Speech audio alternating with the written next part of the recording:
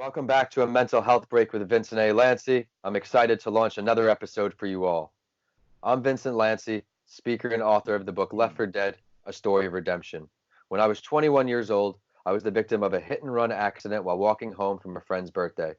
After coming out of a coma and suffering from a traumatic brain injury, or you may know of as a TBI, I soon realized that it was time to put my mental health on a very, very high pedestal. So this podcast is all things mental health. Would it benefit you to hear from mental health professionals and influencers? Would it also add value to your life to hear authentic stories from people talking about their mental health, the issues they face, and how they actively combat them? If so, you're definitely in the right place, and I want to start this episode by congratulating you for making your mental health a priority. On this episode, I'm happy to introduce my guest, Dr. Richard Boccio. Richie and I have been friends since school growing up, then traveled to the University of Tampa together. He then went to medical school, graduated at the top of his class, and now he's working at a hospital where he comes across mental difficulties on a regular basis. So I had to reach out to him and see if he'd be willing to make a difference together, and he was. So Richie, thanks for joining the show. Hey, Vinny. Thank you so much, man. Thank you for having me. So, yeah, as Vinny mentioned, we grew up together. Great time, great town, Northport in Long Island. We went to the University of Tampa, where I studied biochemistry. Um, and then applying a little bit late in the game for med school, I actually went to the Caribbean for med school. And that's where I really got serious. It was a great place because I could be away from all distractions and not be kind of in the center of the world like the United States kind of is, where you're always worrying about politics and who's doing what, what's in the Super Bowl. It was a nice way to just get away from it all. And that's where I really found my niche. I excelled in school because of that. I feel like, and because of the passion behind what the human body is and how science relates. And then, after that, I applied into emergency medicine residency for reasons which we'll dive into on this show. On a personal aspect, some of my family members definitely have been affected by mental illnesses and substance abuse, and those things kind of drove me into emergency medicine, and taking things head on. And so, yeah, so Vinny, what you've been doing, man, has been a real eye opener to me and to a lot of You people. ready to go, Richie? Yeah, let's do it. I'm excited. Great. Many would agree that the more common or talked about types of mental illnesses are mood disorders, anxiety disorders, and schizophrenia disorders. What areas do you come across the most?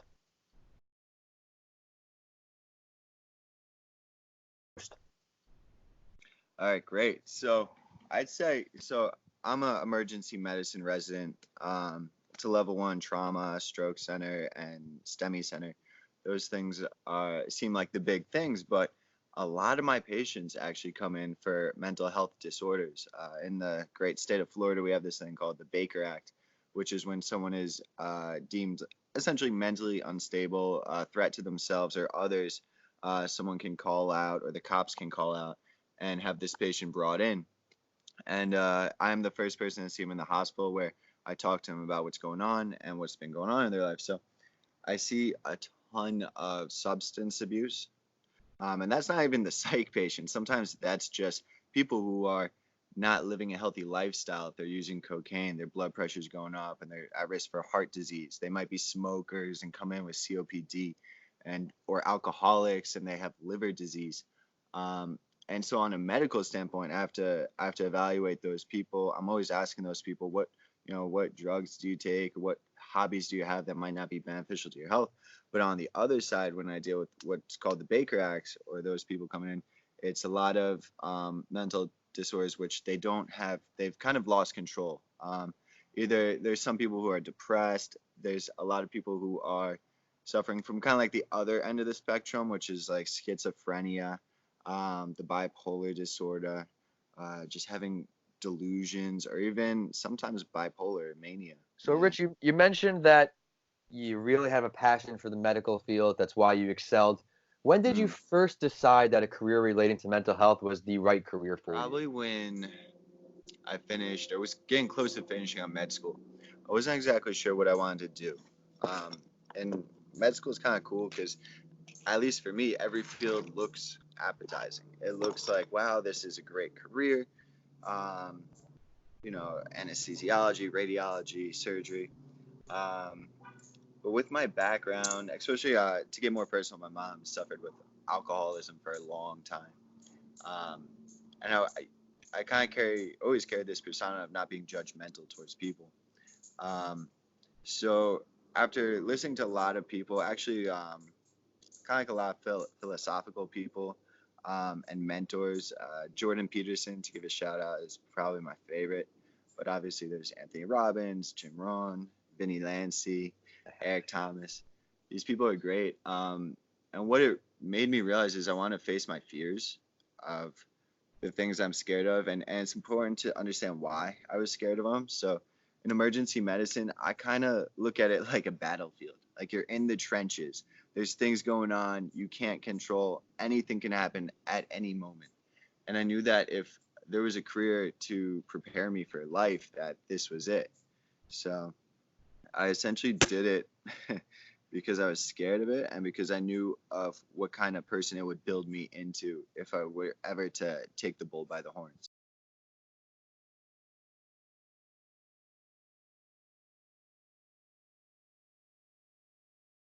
What advice can you give your listeners as what could be considered a potential early sign that they may start to develop a mental illness?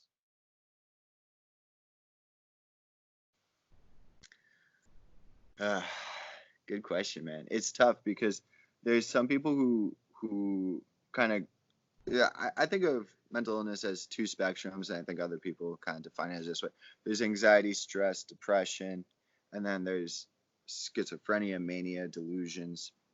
I feel like on the former, where people are having depression or anxiety, great signs are always, and what I always ask people are like sleep. Like, when's the last time you got a good night's sleep? You know, how have you been sleeping this week?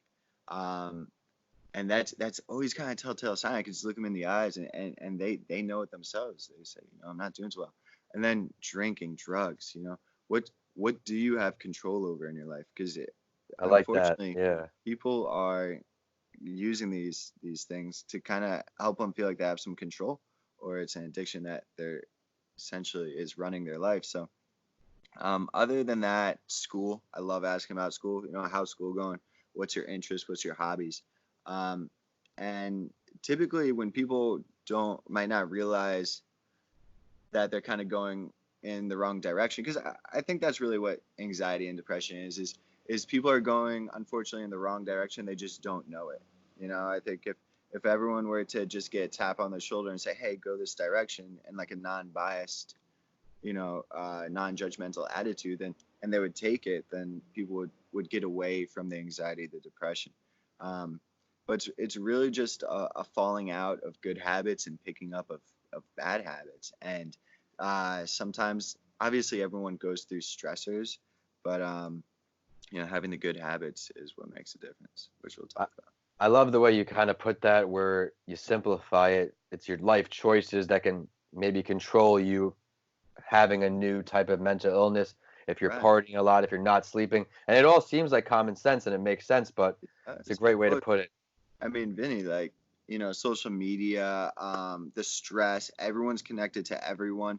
It's anxiety is so common.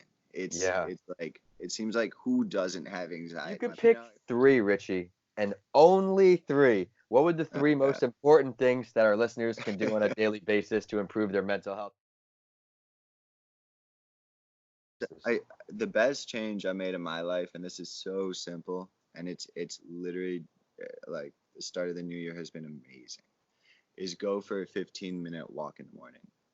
Ah, Um, Grab an energy drink, grab a coffee, something to kind of wake you up, and you'll be amazed. Just do it once, I dare you. With how you feel leaving your house, and time yourself. Go for a 15-minute walk. Try and stay off the cell phone. Just appreciate nature, appreciate the sounds around you, and like kind of the your environment.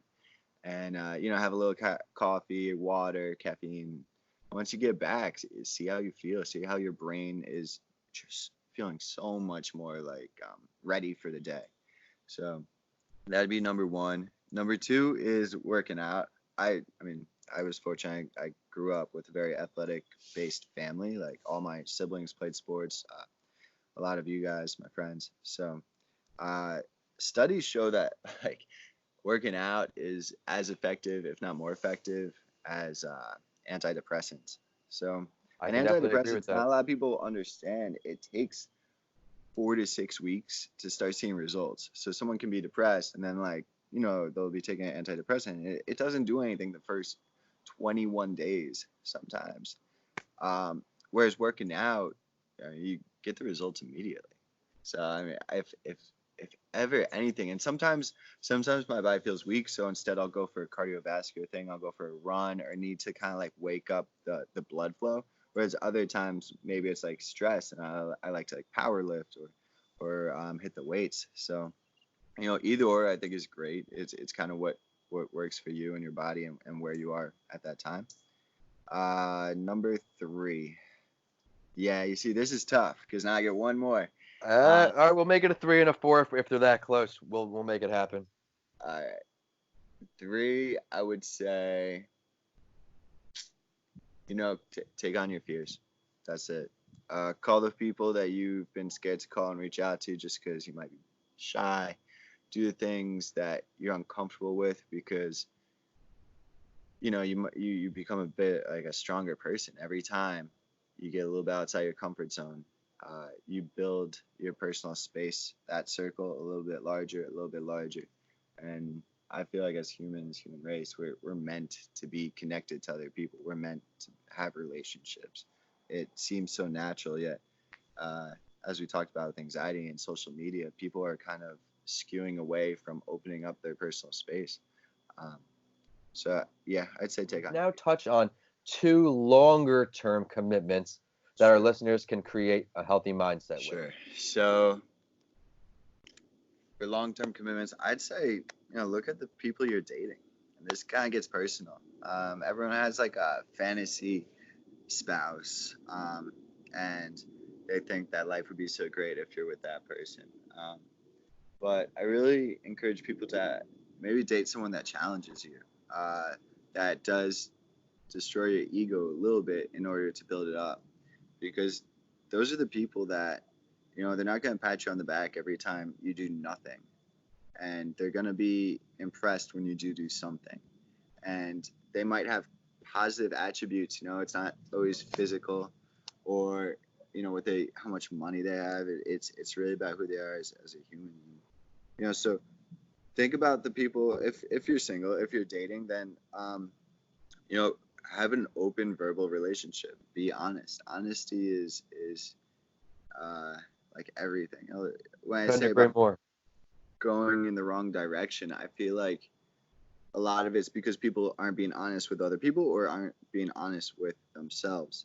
Um, and it's okay. Those are scary boxes to open. So I'd say look at who you're dating, or who you're associating with. As you've probably heard, a lot of people say you are the average of the 6 people you hang out with. So you do want to have a good circle as well.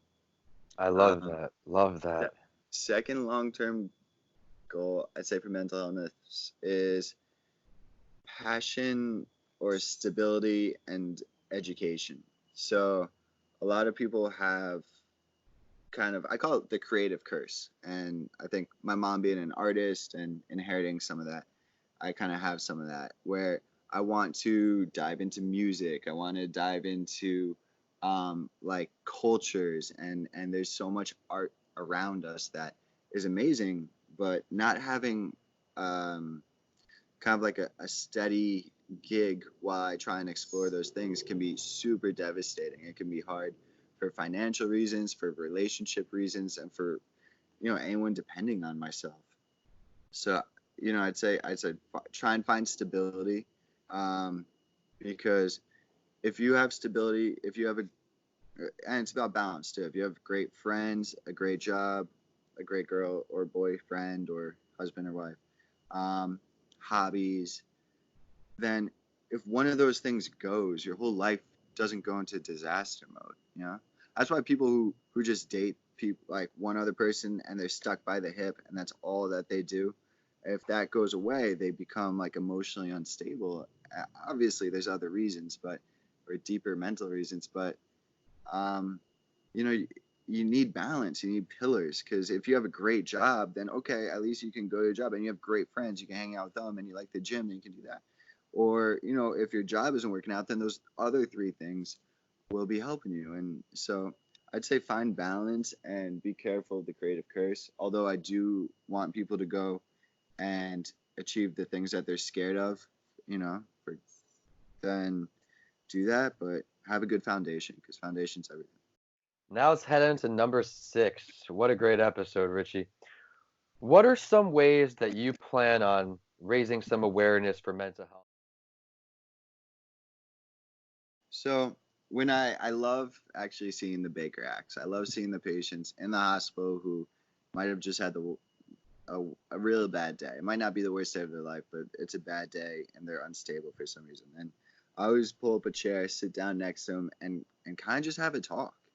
We have like a one-on-one. I mean, if it's a guy, it's like the man talk. Girl would just just talk. But I like to encourage those people. I think that if I could do anything, it'd be to encourage people, maybe on a personal level, one-on-one, when I talk to them, have them believe in themselves, because to encourage someone is to instill courage into them.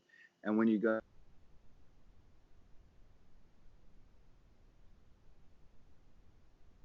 and think, then I mean, the potential is endless. As of right now, being a resident, I feel like that's the most I can do.